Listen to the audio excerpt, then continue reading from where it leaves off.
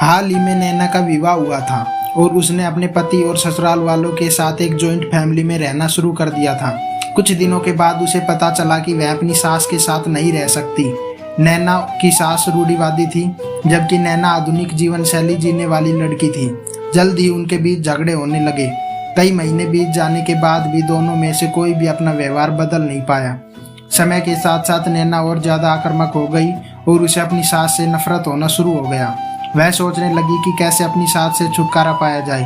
एक बार हमेशा की तरह जब उसने अपनी सास से झगड़ा किया और उसके पति ने अपनी माँ की साइड ली, तब नैना गुस्सा हो गई और अपने मायके चली गई।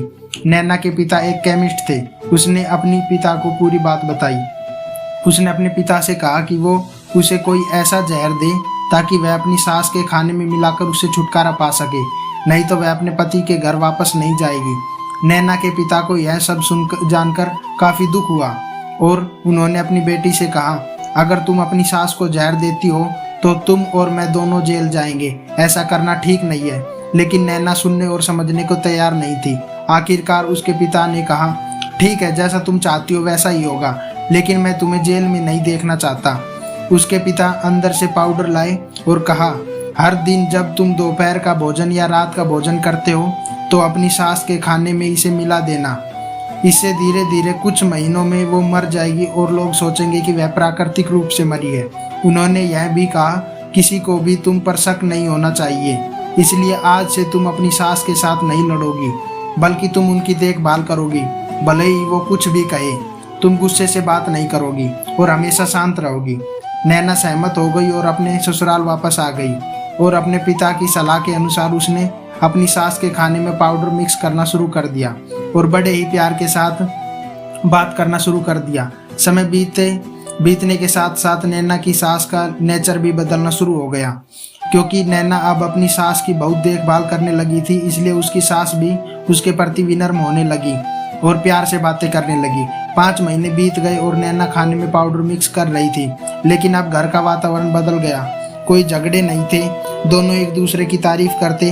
अब ऐसा लगता था कि मानो दोनों का रिश्ता माँ बेटी का रिश्ता हो। अब नैना को चिंता होने लगी कि पाउडर की वजह से उसकी सास जल्द ही मर सकती है। वह अपने पिता के घर पर गई और उनसे कहा, पिताजी, कृपया मुझे उस जहरीले पाउडर के प्रभाव को ठीक करने के लिए इलाज बताइए।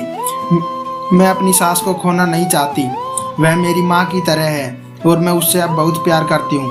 उसके पिता मुस्कुराए और कहा, कौन सा जहर? मैंने तुम्हें बस एक स्वीटनर दिया था। नैना हैरान थी और उसने अपने पिता से पूछा कि उन्होंने ऐसा क्यों किया। पिता ने कहा, बेटा, अगर तुम किसी दूसरे इंसान से प्यार चाहते हो तो तुम्हें भी उन्हें प्यार देना होगा। रिश्ते एक गाड़ी की तरह होते हैं और हम उन पर लगे पहियों की तरह। जब तक सभी पहिए ठीक से आगे नहीं बढ़ेंगे तब तक गाड़ी ठीक से नहीं चल सकती। इसी बात का एहसास दिलाने के लिए मैंने ऐसा किया और तुम्हें अपनी सास के प्रति नर्म रहने को कहा।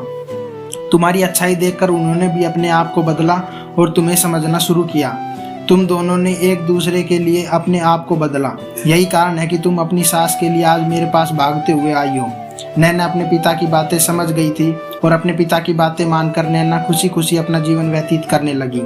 सीख, हर इंसान अपनी परिस्थितियों का शिकार होता है। यह अक्सर कई मतभेदों को जन्म दे सकता है। हालांकि हमें एक दूसरे को समझने की कोशिश करनी चाहिए और एक दूसरे के साथ एक अच्छा संबंध बनाने के लिए थोड़ा अपने आप को भी बदलना चाहिए। और जब इस तरह के मतभेद रिश्तों के बीच उठते हैं तो उनके प्रियजनों का कर्तव्य है कि वह उन्हें शांत रखे और सही रास्ते की ओर उनका मार्गदर्शन करें। दोस्तों, अगर मेरी वीडियो अच्छी लगी हो तो वीडियो को लाइक करना, चैनल को सब्सक्राइब करना। थैंक यू, धन्यवाद।